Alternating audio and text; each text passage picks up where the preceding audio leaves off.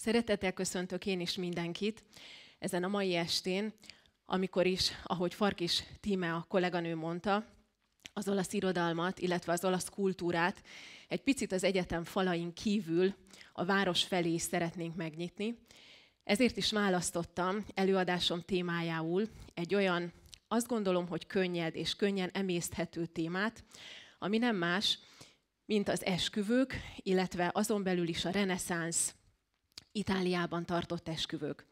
Mielőtt rátérek az előadásomra, 2 másodpercben beszeretnék mutatkozni, Tombi Beátának hívnak, az olasz tanszéken oktatok. Elsősorban irodalomtörténettel, illetve kultúrtörténettel foglalkozom. És nagyon-nagyon örülök annak, hogy létrejöhetett a mai napon ez a találkozó önökkel. Én is meg szeretném köszönni azt, hogy jelen vannak. Ahogy említettem, a reneszánsz Itáliába szeretnék mindenkit elkalauzolni. 4 esküvőn keresztül fogom ezt megtenni. Ezek az esküvők a következő párok között köttettek. Az első esküvő, amit be fogok mutatni, Costanzo Sforza és Aragóniai Camilla között köttetett, a második Annibale Bentivoglio és Lucrezia d'Este, a harmadik első Miksa és Bianca Maria Sforza, az utolsó, amiről beszélni fogok, számomra az a legizgalmasabb, az pedig Gian Galeazzo Sforza és Aragóniai Isabella között köttetett. Amint látják, az utolsó esküvő kronológiailag elvileg nem az utolsó helyen kellene, hogy álljon, viszont ennek az esküvőnek szeretnék sokkal több teret, illetve időt szentelni, ugyanis ez az az esküvő, amikor is egy nagyon sokak által ismert itáliai reneszánsz művész, Leonardo da Vinci, egy picit belép a színház és a színjátszás világába, és talán kevesen tudják, de ő tervezi ennek az esküvőnek a díszleteit, illetve az esküvő során a színi előadásnak a gépeit, illetve magát a díszleteket is. Miért érdekes ez a téma, és miért gondoltam, hogy talán több embert fog érdekelni az, hogy én erről beszéljek? Elsősorban azért, mert a reneszánsz az az időszak, körülbelül itt a 14.-15. században vagyunk, amikor is kialakul a divat, illetve a divat fogalma. Ez az az időszak, amikor az esküvők, a nemesség tagjai között köttetett esküvők nem egyszerűen szertartások, hanem valójában olyan pompával, olyan úri pompával zajlanak, ami majd későbbiekben elér Európába és meghódítja Európa több országát, jut például el majd 1-1,5 évszázaddal később Shakespeare Angliájába, illetve első Erzsébet királynőhöz. Az előadásom címének azért a már említett címet választottam, Égben köttetett frigyek, ugyanis nem egyszerű esküvőkről van itt szó, hanem olyan esküvőkről, amikor az asztrológia, amikor a valóság, amikor a misztikum, a fantasztikum valahogy bekeveredik és belép ezekbe a vacsorákba, ezekbe az ünnepekbe, és a valóság, illetve a misztikum, fantasztikum határán játszódó valami fantasztikus, valami földön túli, megfoghatatlan ünnepségbe csap át.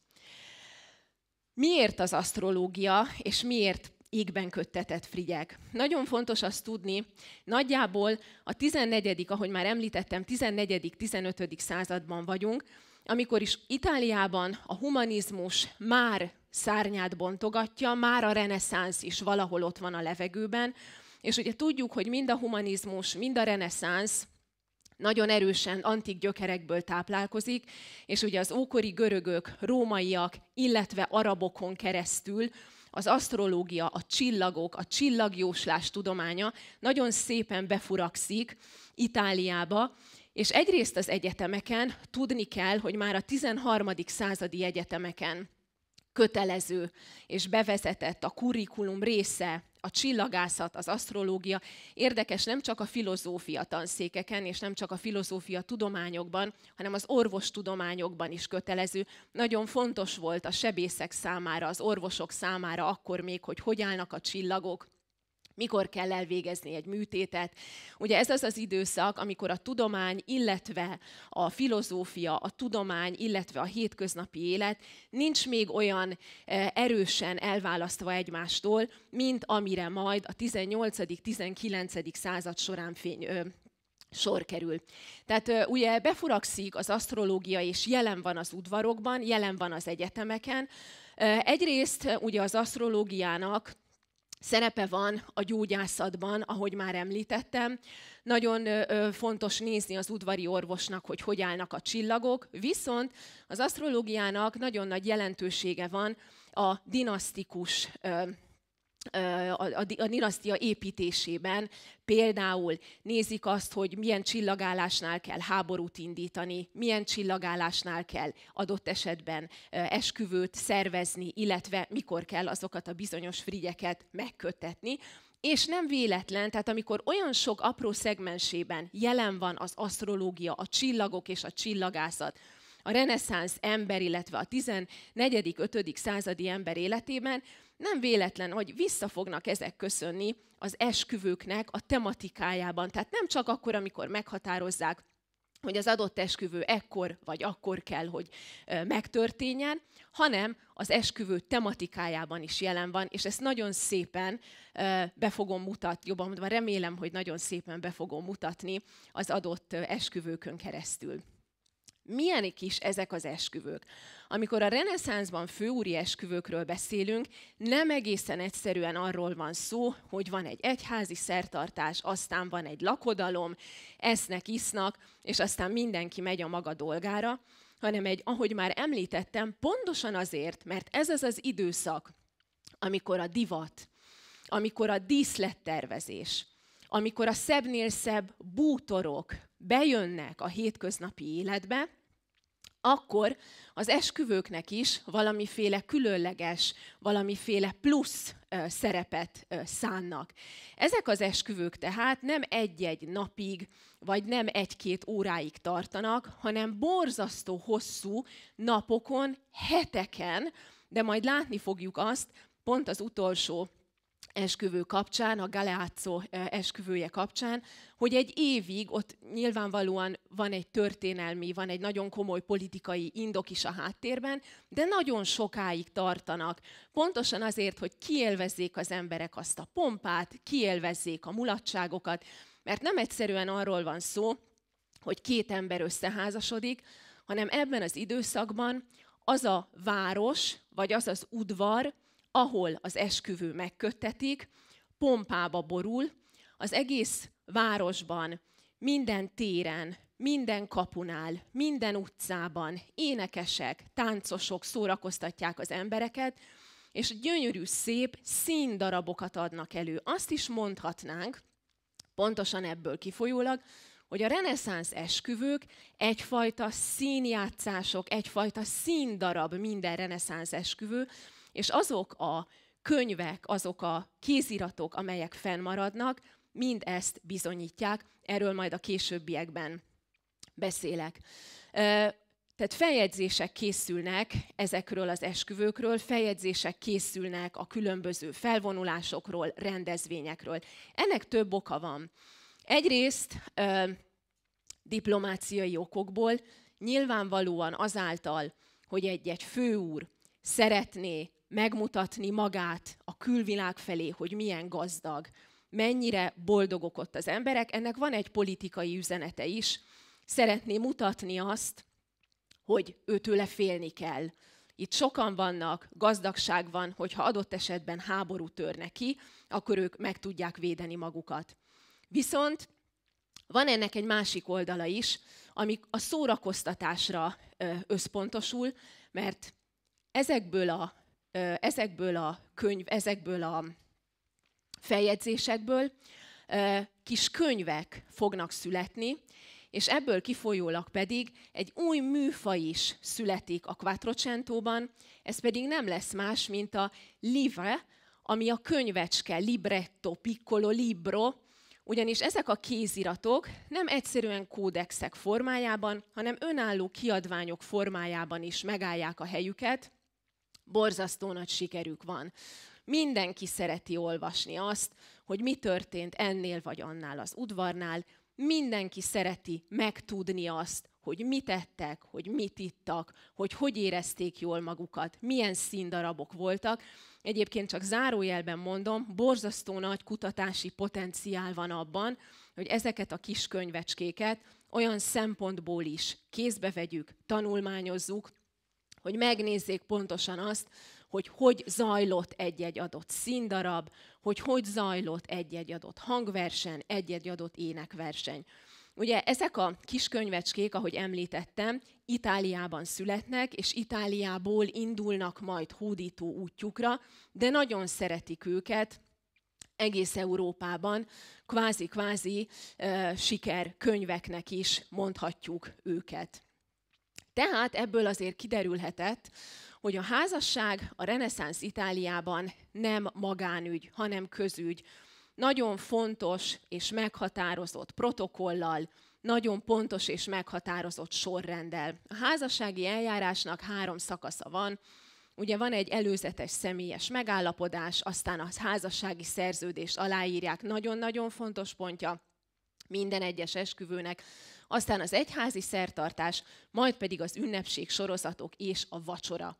Nem egyszerűen arról van itt szó, hogy egy-egy humanista, egy-egy diplomata elmegy és megkéri a kiszemelt család lányát és feleségül kéri, hanem külön erre a célra kisebb csoportok, megbízott személyek vannak, akiknek az a feladatuk, hogy feltérképezzék a családi hátteret, begyűjtsék az összes információt, és itt mindent, a vagyoni helyzettől elkezdve a politikai hovatartozáson keresztül, a barátokat, az adósságokat, a pénzügyi helyzetet, valójában mindenre fényt szeretnének deríteni, és ezt a legnagyobb titokban teszik meg, általában csalások, félrevezetések, titkos szövetségek árán, ugyanis pont az a cél, hogy amíg nem biztos, hogy az a frigy, az mind a két félnek pozitív, és mind a két fél előnyére fog válni,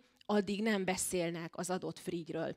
Nagyon fontos szabály, hogy a fiatalok nem találkozhatnak egymással, csupán az adott időben, az adott helyen, amikor erre engedélyt kapnak. A hivatalos bemutatás viszont, az első hivatalos bemutatás, az mindenképpen távol kell, hogy essen a fürkésző tekintetektől.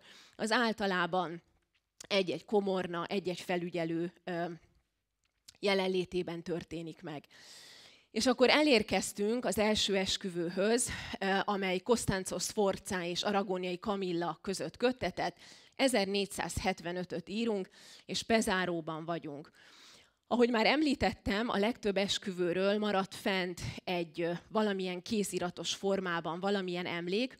Erről az esküvőről szintén maradt fel egy viszonylag hosszú címet viselő kézirat, viszont nem tudjuk a szerzőt. Ez egyébként nagyon gyakori, bár ahogy egyre tudatosabbak lesznek ezek az esküvők, úgy egyre tudatosabban kérik fel akár az udvari költőket, akár az udvari krónikásokat, hogy jegyezzék le, írják le azt, hogy mi történik ezeken az esküvőkön. Érdekes módon, annak ellenére, hogy csak egyetlen egy kéziratról van tudomásunk, nagyon sok másolat készül az adott kéziratról. A legérdekesebb és a legizgalmasabb kézirat, amelyből későbbiekben több átiratot is realizálnak, 1480-ban íródik, és Leonardo da Colle nevéhez kötődik. Ez azért nagyon izgalmas, ez a kézirat, mert ez a kézirat tartalmazza az esküvőn előadott beszédet, illetve tartalmaz egy 32 miniatúrából álló sorozatot, amely nagyon-nagyon különleges, hogy az adott kéziratban találhatóak karcok, találhatóak festmények. Ezek a miniatúrák nem mások, mint azoknak a résztvevőknek, azoknak a színészeknek a képmása, akik részt vettek ezen az esküvőn, és szórakoztatták az adott közönséget. Elnézésüket kérem, én közben picit megfáztam, úgyhogy nem tiszteletlenségből, de néha be kell, hogy kapjak egy-egy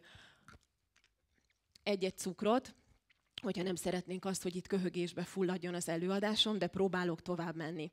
Tehát 1473-ban vagyunk, megkezdődnek az előkészületek, és ugye lehet látni, hogy körülbelül 1 év ezeknek az előkészületeknek a lebonyolítása, és így történik meg a házassági szerződések aláírása 474-ben, majd kiküldik a meghívókat, és 1475 az az időpont, amikor megérkezik a pezárói küldöttség Nápolyba, majd pedig Kamilla egy viszonylag hosszú,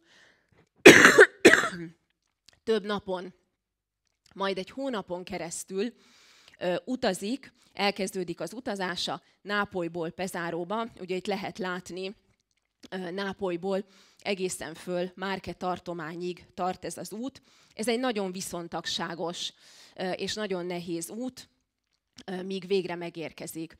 Május 27-én lép Kamilla Pezáró falai közé, ahol is mesébe illő fogadtatásba részesül. Ez egyébként jellemző az összes esküvőre.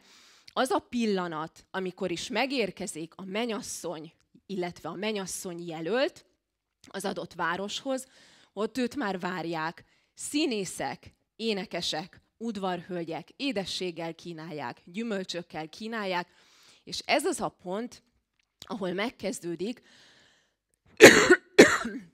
az esküvőknek az egyik legizgalmasabb, az egyik legtöbbet emlegetett része, az antik diadalmenetek, az antik triumfusok mintájára egyfajta felvonulása, egyfajta végigvonulása a mennyasszonynak a városon.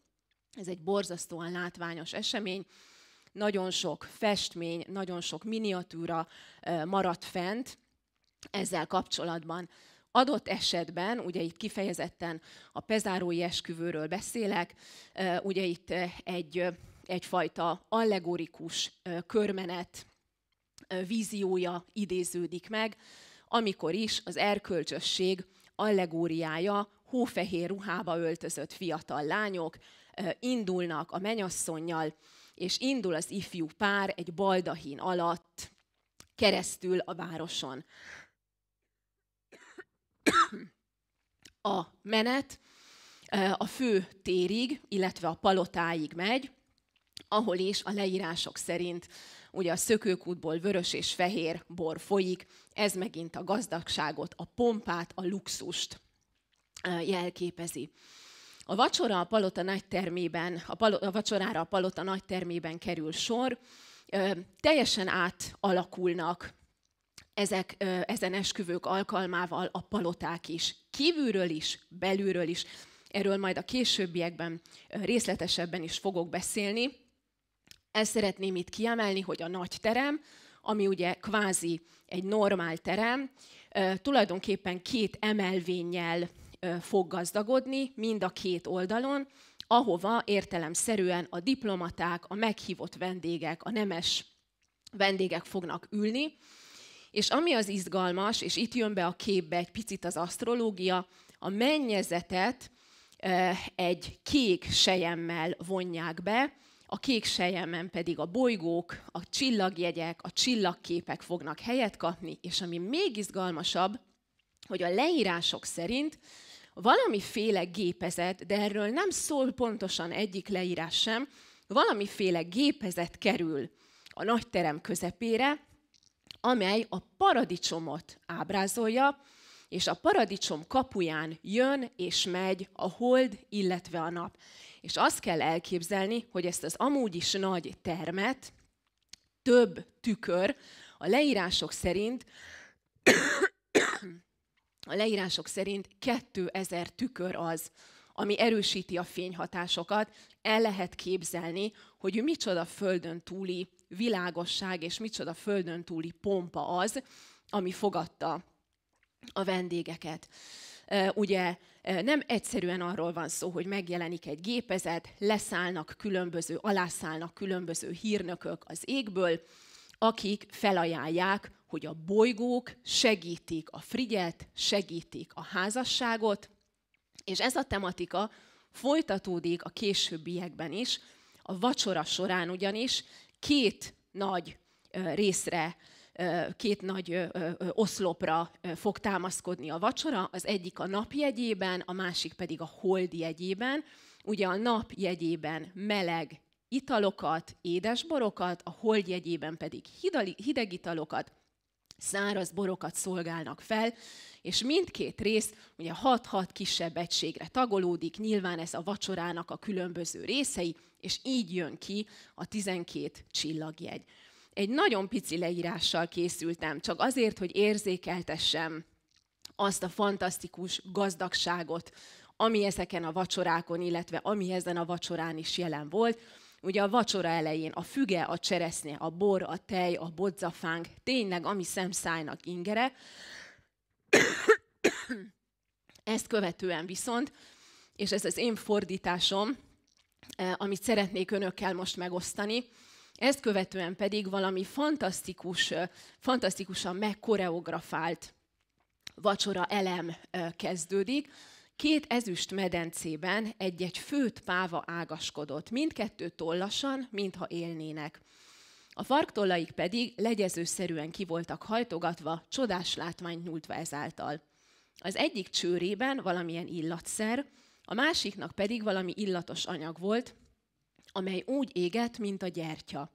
Ezeket azonban csak rövid ideig tették az asztalra, pusztán a pompa kedvéért. Tehát valóban minden volt ezeken a vacsorákon, és mindez úgy előadva, hogy kvázi, ahogy említettem, egy színi előadásnak is megfelelhetett volna. Május 29-én, ugye következtek, tehát a következő napon jöttek az újabb meglepetések, egy fából készült hegyet formáló önjáró szerkezet érkezett a nagyterembe állatokkal, növényekkel, és egy vadász jelenet került előadásra. Annyira sokszor olvastam ezekben a leírásokban különböző szerkezetekről, különböző önjárókról, és valami olyan technikáról, ami elvileg ebben a korban, tehát itt vagyunk a 15. században, még nem állt rendelkezésre. Az utolsó esküvő kapcsán fogok majd egy picit beszélni Leonardóról és Leonardo találmányáról, Leonardo szerkezetéről, amely megjelent az esküvőn is, viszont szinte hihetetlen az, hogy ezeken a főúri esküvőkön ilyen mérnöki tudást lettek volna képesek az adott kor mérnökei prezentálni, sem művészettörténeteileg, sem technológiailag nem tudunk olyan példát mondani, ami ezt indokolta volna. Létezik egy nyilván önök által is ismert Brunelleschi nevezetű, szintén reneszánsz ember, akiről Giorgio Vasari a VT című életrajzokat, művész életrajzokat tartalmazó könyvében ír, és ő azt írja, hogy az 1400-as években ő már képes volt olyan szerkezeteket létrehozni, és olyan szerkezeteket összeállítani, amely egy a templomban tartott előadás során imitálta a repülést. Vannak tehát zárványok, én zárványoknak hívom őket, mert nem nagyon hallok róluk máshol, de amikor erről az esküvőről olvastam, és legelőször a kezembe került, itt találkoztam olyan szerkezetekkel és olyan struktúrákkal, amelyek hát úgy látszik, hogy megcáfolják az eddigi tudásunkat és az eddigi tapasztalatainkat az adott korról. Szóval, hogy itt cukorkával töltött édességekből, ékszerek, élőállatok, nyuszik, szobrok, kastélyok, tehát valami végtelen pompa és valami végtelen jólét az, ami fogadta itt a vendégeket. Aztán ezt követően ugye az időjárás szólt közbe az esküvő menetébe, lovagi tornát nem tudták megtartani, ellenben tartottak egy olyan játékot, amelynek az a neve, hogy Il Gioco della Gatta. Hát, hogy ez mi ez a játék, megmondom őszintén, nem tudom megmondani, valamiféle középkori gyökerekből származó, a nyers erőfitoktatásra épülő játék, ami alatt nagyon súlyos sebesüléseket is lehetett szerezni a leírások során, viszont hogy pontosan mi ez, azt nem tudom. A gatta az a nőstény macskát jelenti, a giocco az a játékot. A nőstény macska játéka, hogyha mondjuk ezt leszeretnénk fordítani, és az, aki majd megnyeri ezt a játékot, az megkapja a macska lovag, a Cavaliere della Gatta címet, viszont ez valami nagyon durva és tényleg valami nagyon középkori, valami nagyon véres játék lehetett, illetve torna lehetett, amit ezek szerint örömmel játszottak idő eltöltése gyaránt. Aztán elindul a torna, a lovagi torna a következő napon különböző harci szekerekkel, és igaziból minden az antik játékok, az antik triumfusok mintájára. A következő esküvő, amiről beszélek, Annibale Bentivoglio és Lucrezia d'Este 1487-ben tartott esküvője.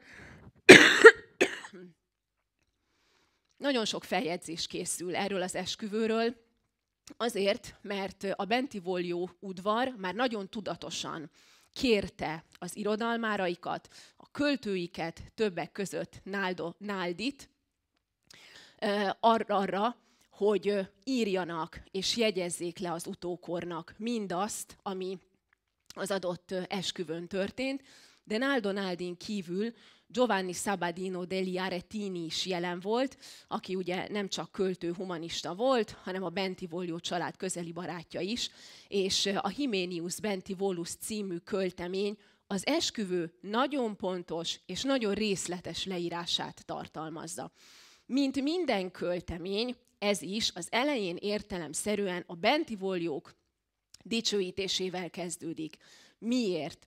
Azért, mert ez a frigy is tulajdonképpen azt célozta meg, hogy a Bentivogliók hatalma megerősödjen Bolonyában. Nagyon rövid ideig voltak ők hatalmon, és éppen azért szerettek volna az esztékkel egy nagyon szoros szövetségre lépni, hogy ezt a hatalmat ne csak 1-2 évig tudják maguknál tartani, hanem sokkal hosszabb időre is kiterjesszék. De hát nem nagyon használ sem a frigy, sem pedig a szövetség, nagyon sok összeesküvés, nagyon sok támadás éri a Bentivogliókat. Ennek ellenére 1478 az a dátum, amikor Giovanni Bentivoglio feleségül kéri Ercole d'Este-től a lányát, Lucreziát. Tudni kell, hogy Lucrezia nem Lucrezia törvénytelen gyermeke volt Ercole d'Este-nek, és éppen ezért nem kerülhetett ugye ő be abba a dinasztikus, illetve nem kerülhetett volna be a dinasztikus öröklés rendjébe, viszont Ercole d'Este nagyon szívén viselte Lucrezia lányának a sorsát, és éppen ezért ő is sürgette ezt a frigyet. Nem lehet tudni pontosan, hogy Lucrezia hány éves volt, amikor megkérik a kezét, 7 vagy 8, nincsenek adatok se arra vonatkozóan, hogy ő mikor született. Az biztos, hogy a 15. században ki kellett várni a 13. életévét a leánygyermeknek ahhoz, hogy törvényesen feleségül menjen, ezért aztán el kellett halasztani ezt az esküvőt méghozzá 6 évvel. 1487. januárjában ugye Annibale Bentivoglio elmegy Ferrarába, hogy Lucreziát Bolonyába kísérje, és amikor megtörténik ez a megérkezés tulajdonképpen Bolonyába, akkor a Porta Galleriánál állnak. Itt látható Bologna egyik híres portája, és itt is ugyanúgy, mint a már említett esküvők esetén, egy nagyon pontos itinert fognak ők bejárni, egy előre megtervezett útvonalat. Izgalmas ebben az esküvőben az, hogy nagyon szépen jön a különböző szövegekből, hogy pontosan mi is ez az itiner, és hogy néz ki ez az útvonal. Nagyon érdekes, hogy 7 fő helyszín van, és ez a 7 fő helyszín pedig a 7 fő erénynek tulajdonképpen az allegóriája, és minden egyes helyszínen valamilyen színi előadás, valamilyen fogadtatás várja az ifjú párt. Nagyon fontos, hogy Bologna a 15. században már egy pezsgő nagyvárosnak mondható, van egyeteme, a humanista kultúra tulajdonképpen tombol, és amikor Lucrécia megérkezik, akkor ő már kvázi egy modern városba fog érkezni. Ezért aztán nem véletlen az, hogy minden egyes kapunál, minden egyes helyszínen valami érdekesség várja, valami olyasmi, ami mondjuk Milánóban még biztos, hogy nem volt, Ferrárában a színház elterjedtsége miatt már igen. A középkori színjátszásban nagyon elterjedt volt a table vivant, azaz az élő kép vagy élő képek. A város minden egyes jeleneténél ezért egy ilyen hasonló élő kép fogja fogadni a mennyasszonyt, és egyfajta vándorló színjáték mintájára különböző helyeken, különböző időben megtartott jelenetek, színdarabok, énekes, táncos betétek fogadják a mennyasszonyt. Érdekes és izgalmas az, hogy ebben az esetben is nagyon szépen megvan és nagyon szépen jön a reneszánsz keret, illetve a reneszánsz díszítés, viszont az, ami történik az adott színdarabokban, az nem más, mint az ókori, az antik színjátszás, az antik színház mintájára, vagy annak a tematikáját követő forgatókönyv. Nagyon gyorsan végig szaladok ezeken a helyszíneken, a Porta Galleriánál a remény, a Ponte Renónál a szeretet, a Madonna di Galleriánál a mértékletesség, a Piazza Maggiorénél az igazságosság, a Piazzán, illetve Palazzo della Mercanziánál a lelki okosság, a Piazza di Porta Ravegnánál, illetve a San Giacomo templomnál a hit, illetve a Palazzo Bentivoglionál a lelki erő az, ami megszemélyesítésre kerül, és ami fogadja az ifjú párt, illetve a mennyasszonyt. Minden nyilvános ünnep, mint ez is, ahogy említettem, nem egyszerűen esküvő, nem egyszerűen színjátszás, nem egyszerűen színi előadás, hanem remek indok a városfejlesztésre is, és nem véletlen az, hogy mielőtt ugye megtudják a bolonyaiak, hogy itt valóban esküvő fog készülni, hihetetlenül nagy városfejlesztési projektbe kezdenek, megszületik ebben az időszakban a Piazza degli Bentivogli, a mai Piazza Verdi, és nagyon sok házat, nagyon sok udvart le kell bontani, át kell alakítani, viszont cserébe megkapják azokat a már úgymond tipikus reneszánsznak nevezett tereket, amikor is a front előtt egy hatalmas nagy tér van, a közösség tere, vagy a közösségi tér, ami alkalmas arra, öreg és fiatal, szegény és gazdag, nő és férfi találkozzon. Az sem utolsó szempont természetesen, hogy ezeket a tereket ugye úgy kellett kialakítani, hogy egyik pillanatról a másikra, ha úgy tetszik, a talaj alkalmi pallózásával egy színtérré, egy színpaddá lehessen őket alakítani.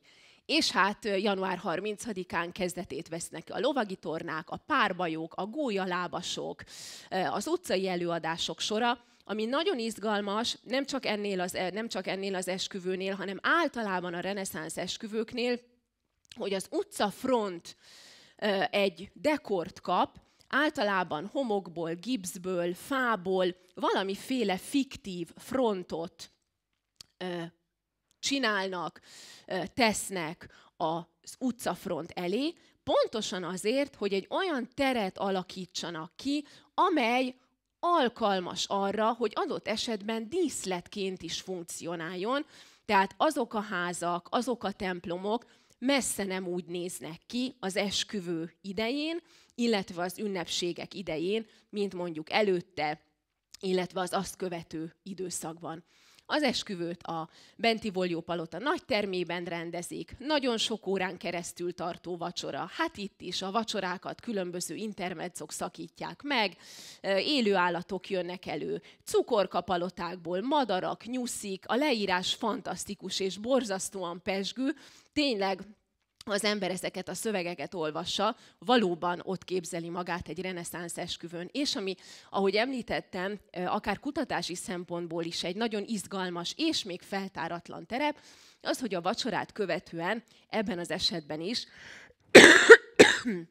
egy színi előadást adnak elő, és ennek a színi előadásnak a témája nem más, mint az eltévejedett nimfa, akit ugye adott esetben Lucrezia d'Este személyesít meg, akit ugye megpróbálnak adott esetben Vénusz és Diana eltántorítani a házasságtól, válassza inkább a szerelmet, válassza inkább a boldogságot, válassza a fiatalságot. Nyilvánvalóan ebben az időben ez nem történhetett még meg, hiszen ugye a lányoknak kötelességük volt eleget téve az atyai parancsnak férjhez menniük, viszont nagyon izgalmas egy színjáték formájában elszórakozni ezzel a gondolattal. Zárójelben szeretném csak megjegyezni azt, hogy tulajdonképpen Lucrezia d'Este története, illetve a színpadon lejátszódó története végtelenül, nagyon nagy mértékben hasonlít a Herkules a Válasz úton című Prodikosz antik szerzőtől áthagyományozott történetre. Itt látható egy Carracci, Annibale Carracci barokk, kiváló, kiemelkedő festője, pontosan ezt a pillanatot eleveníti meg, Ercole al Bivio, ugye Herkules a Válaszúton, amikor is ugye látható, hogy az ifjú Herkules ül szegény magányosan egy kövön, neki jobbra ott található az erény, a Virtu, aki mutatja neki az utat a boldogság felé, föl a hegyre, a Parnassus hegyére, lábánál ugye egy koronás költő, ellenben neki balra ott van a tökéletes nő, a szenvedély, a szerelem, a bűn tulajdonképpen víció formájában. Zárójelbe jegyzem meg, hogy annak ellenére, hogy ugye itt a Virtu értelemszerűen ugye viseli ezt a nagyon szép kék színű ruhát, ami ugye egyrészt a szűziesség, másrészt Szűz Mária színe, viszont általában a fehér szokott, illetve ha megnézzük a festményeket, a festmények tematikát, a fehér szokott lenni általában a virtusnak, a virtunak, az erénynek a színe lenni.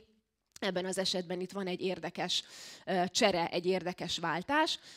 No de hát visszatérve ugye Lucrezia történetéhez, a végén ugye Juno, a házastársi szerelem istennője végül meggyőzi Lucreziát, aki végül is oltárhoz vonul, és igent mond apja szavának eleget téve. Az előadás után különböző mitológia alakok felvonulása, különböző szimbolikus tárgyak kerülnek elő, nagyon sok utalás történik Bolonyára, például ugye a torony jellegzetesen, ugye utalva Bologna tornyaira, és érdekes, hogy ebben az esetben ugyanúgy, mint a reneszánsz főúri kastélyokban megrendezett előadásokhoz hasonlóan, nem állítanak fel külön színpadot az előadás megjelenít. Vannak színpadok, pulpitosok a nézőközönségnek, ugye általában a nemeseknek, a diplomatáknak, ahogy említettem, viszont maga a darab az kvázi ugyanazon a magasságon játszódik, mint ahol ül a nézőközönség, kvázi azért, hogy bevonja a nézőközönséget a történetbe. Lucrezia könyvet kap, ajándékot kap, mindenki őt dicsőíti, és mindenki az ő kegyeit szeretné elnyerni. Én azt gondolom, ránézek az órámra, hogy átugrom ezt a következő esküvőt. Ha marad idő, akkor azt is el fogom mondani, de rátérek Aragonia Izabella és Giangalazzo Sforza 1489-ben tartott esküvőjére, ami, ahogy már említettem, picit szívügyem is, mert Leonardo da Vinci ezen az esküvőn jelen van, nem mint festő, hanem mint díszlettervező, ami egyébként nem ritkaság. Zárójelben jegyzem csak meg, nagyon sokan a reneszánsz nagy festői közül, Raffaellon keresztül, Raffaellótól kezdve Botticellin keresztül, ugye a már említett Leonardoig részt vesznek a háttér elkészítésében, részt vesznek a díszlet megtervezésében, jelen vannak nagyon sokszor aktív szereplőiként az adott darabnak, és hát Leonardo, ugye ismerve az ő mérnöki kvalitásait, egy nagyon fantasztikus gépet szerkeszt, külön erre az alkalomra, amelyről majd egy-két szót beszélni fogok. Ugye itt is nagyon fiatal mind a két fél, Isabella is, illetve Gian Galeazzo is. Isabella 2 éves, Gian Galeazzo 4 éves, amikor ugye a fejük fölött megkötik ezt a házasságot, megkötik ezt a Frigyet. Nagyon fontos ugye az, hogy Nápoly és Milánó szövetségre lépjen. Nem ez az első ilyen házasság. Isabella szülei második Alfonz és Ippolita Maria Sforza házassága szintén ezt a Frigyet erősítette.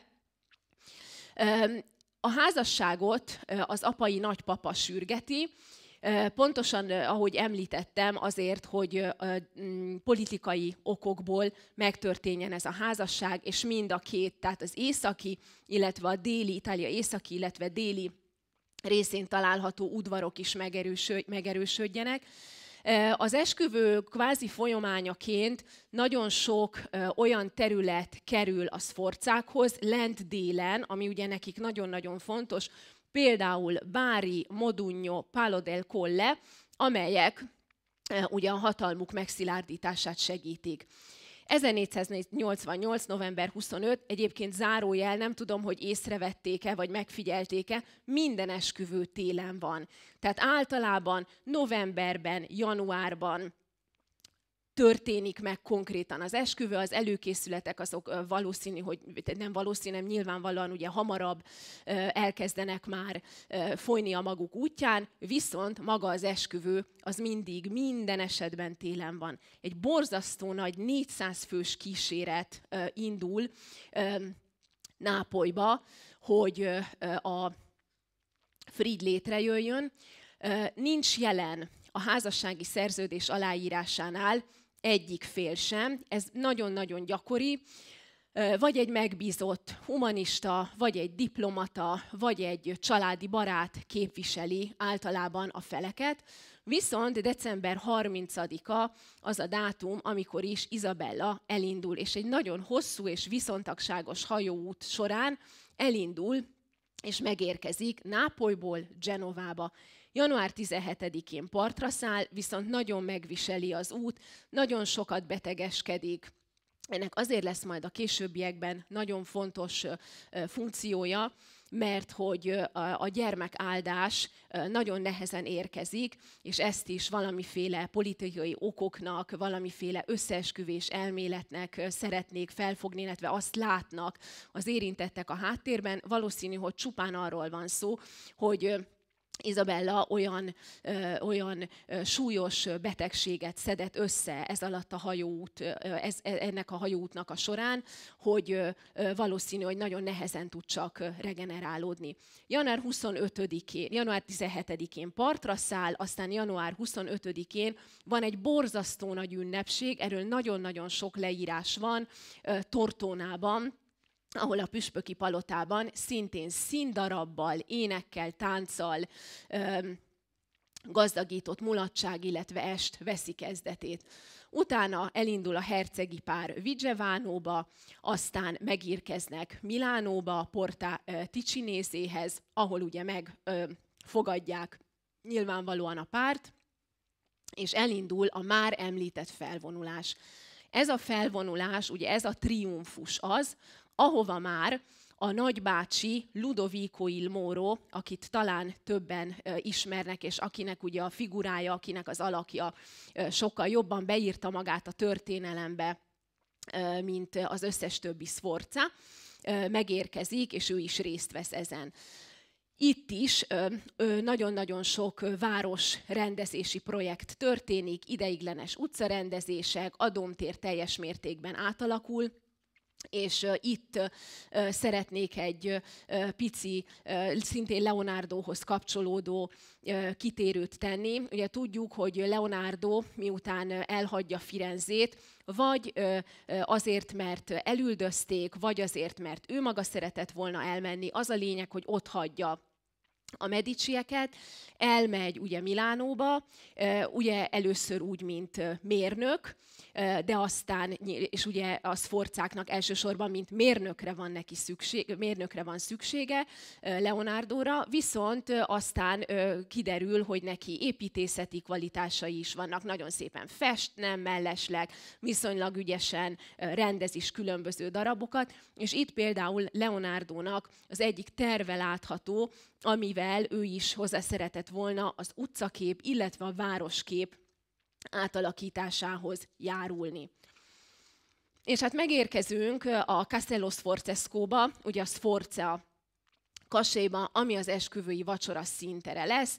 Teljesen átalakul maga a kastély, az udvaron különböző vásznakat feszítenek ki, természetesen jelen vannak a Viscontiktól megörökölt különböző jelvények, különböző jelképek, és egy Stefano Dolcino nevezetű humanista arról számol be, hogy a leggyönyörűbb, nem tudom, hogy jutott be, de valahogyan bejutott ő a nászterembe, és láthatta a nászágyat, ami izgalmas, mindjárt a következő dián fogom mutatni, középen a Viscontiktól megörökölt egyik Sforza címer, ugye a gáláns oroszlán, azért fordítom ezt, és azért írom így ezt gáláns oroszlánként, mert ugye Galeazzo Visconti után kapja Galeazzo Maria Sforza is a nevét, és a Galeazzo, a Galateus, az ugye gálánst jelent, és valamiféle áthallás, valamiféle kapcsolat nyilvánvalóan van a kettő között.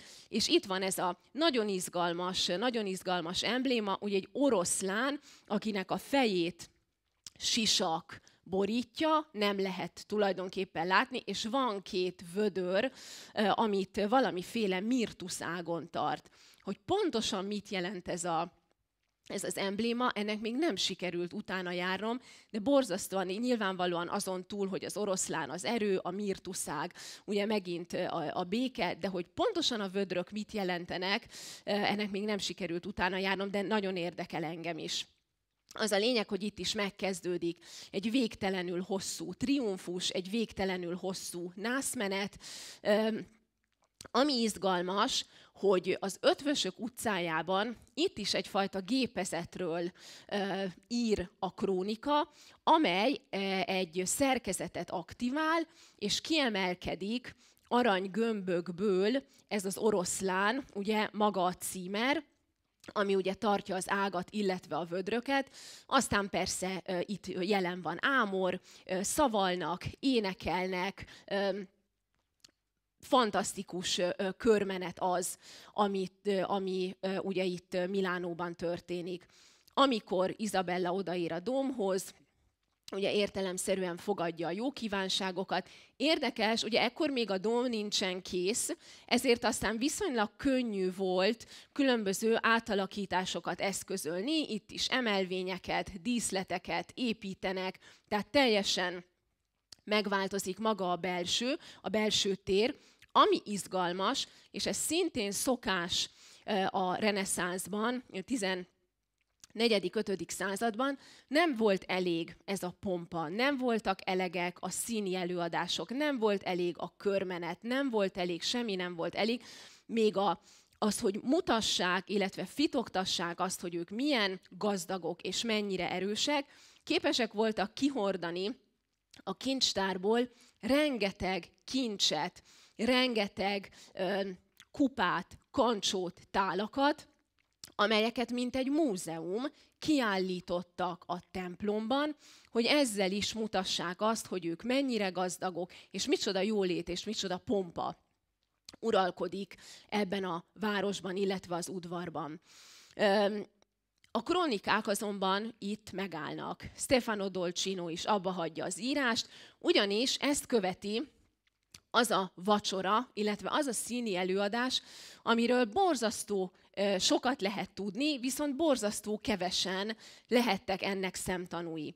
Azért lehettek borzasztó kevesen szemtanúi, mert a köznép számára a nászmenet után vége volt az esküvőnek, mindenki ment a maga dolgára, viszont az ifjú pár számára, illetve az udvar számára elkezdődött a második felvonás, viszont ezt már nem lehetett nézni. Ami izgalmas, és amiről mindenképpen szeretnék még beszélni, és már említettem is, hogy az esküvő maga nagyon sok alkalommal hiúsul meg, hol Gian Galeazzo miatt, hol pedig Isabella miatt.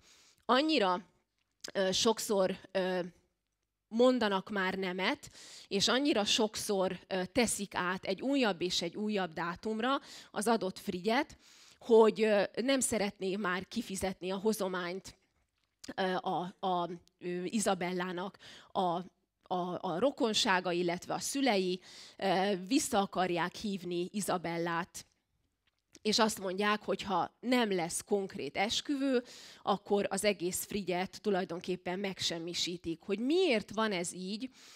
Említettem már, hogy elképzelhető, hogy a rosszullétek, a hajóút, elképzelhető, hogy különböző betegségek sújtják nem csak a mennyasszonyt, hanem Gian Galeazzót is, és itt különböző összeesküvés elméletek vannak megint a terítéken, ugyanis azt mondják, hogy Gian Galeazzót valószínűleg a mór ugye különböző gyógyszerekkel, különböző mérgekkel lehetetlenné tette arra, hogy felkeljen az ágyból, hogy lépni tudjon, és hát ugye arra meg aztán még inkább, hogy ugye egy esküvőn részt vegyen, aztán pedig elhálja a nászt.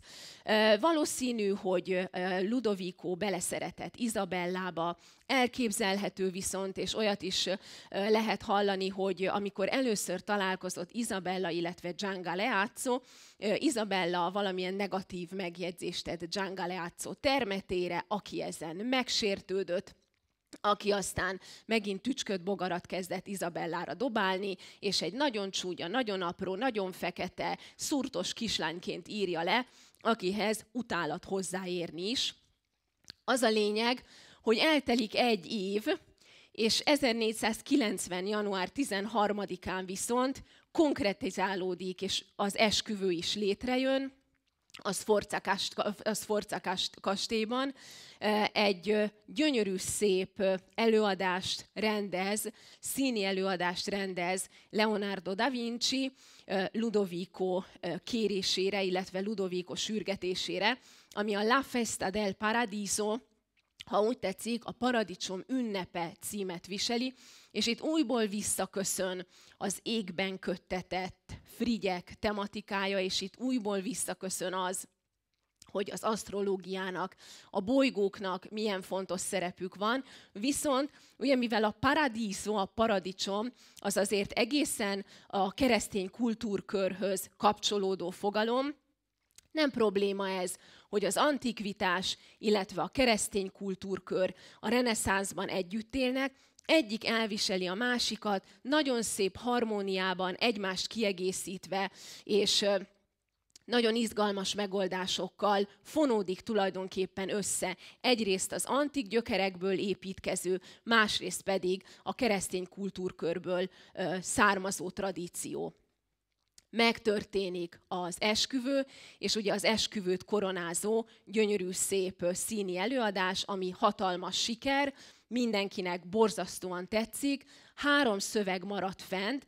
Ezek a szerzők, akik ezt az előadást követik, és erről az előadásról írnak, ezek a szerzők nem követték a nászmenetet, nem követték a triumfust, és azok a szerzők, akik a triumfust követték, ők viszont már ezt nem tudták megnézni, vagy nem állt módukban megnézni. Tehát itt nagyon izgalmasan 2 teljesen különböző szöveggel, korpusszal kell dolgozni, hogy az ember ezt az esküvőt össze szeretné tenni, és ezt az esküvőt meg szeretné érteni. Ugye, Bernardo Bellincioni, aki maga a szövegnek, a szövegkönyvnek, a librettónak a szerzője, egy pár sorban összefoglalja a festát. Aztán Tristan Ocalco, aki nagyon szoros kapcsolatban van a Sforzákkal, illetve Jacopo Trotti, aki mindenhol ott van. Ő egy Ferrárái követ, és ő minden esküvőn, ő minden rendezvény, és mindenről ír, borzasztó hosszú leveleket, krónikákat, kódexbejegyzéseket, tehát ő egy nagyon aktív szereplője ennek a milánói időszaknak. Az előadás a Sforza kastélyban, a Sala Verdében kerül előadásra. Ez egy gyönyörű, szép terem, viszont színházteremmé változtatják, színházteremmé varázsolják. Az oltár mellett kap helyet a színpad. Nem olyan nagy színpadot kell elképzelni, mint mondjuk a klasszikus kőszínházak megjelenésével, ugye az első színházak megjelenésével, ugye amikor is a publikum, illetve a színtér ketté válik. Egy nagyon pici emelvény azonban valóban van, és az előadás éjfél után fél órával kezdődik. Azért izgalmas ez az időpont, mert állítólag ez volt az az időpillanat, amikor úgy jöttek be a külső természetes fények, és a benti, ugye ebben az esetben is tükrökkel megerősített fáklyák, tüzek fényét megerősítő és sokszorosára növelt fény, hogy az valóban egy paradicsomi fényességet, egy földön túli fényességet tudjon prezentálni. És nagyon fontos, hogy itt az udvari asztrológus, minden udvarban volt asztrológus, de ennek az udvari asztrológusnak különösen nagy szerepe van, Ambrogio da Rosetta, és tőle, illetve vele történik egy egyeztetés, és azt követően határozzák meg ugye az esküvő konkrét időpontját, illetve a szín előadásnak a konkrét időpontját. Egyetlen egy idézet így a végére, és lassan akkor én be is fejezem az előadásomat. Tényleg csak azért, hogy érzékeltessem azt a pompát, és azokat a dimenziókat, amiket Leonardo ebben a színi előadásban színpadra álmodott, illetve megvalósított. Idézem, a paradicsom leginkább egy fél tojáshoz hasonlított, mely belső része csak úgy ragyogott az aranytól, a csillagokra emlékeztető meg annyi fényjátékában. Külső részén néhány kisebb bemetszés volt látható, ahol a 7 bolygó kapott helyet, melyik magasabb, melyik alacsonyabb szinten. Körülötte félkörben, külön öveggömbökben helyezkedett el a 12 csillagjegy, melyek belülről áradó fényesség pompájában tündököltek. Mindez kellemes és jóleső látványt nyújtott. Elnézést kérek. Ebben kapott helyet a paradicsom, a maga édes és varázslatos dallamaival. És bár mindig azt mondom a hallgatóimnak, hogy idézettel ne zárjanak előadást, hogyha nem haragszanak, akkor én ezt most így zárom, megköszönve megtisztelő figyelmüket. Köszönöm szépen.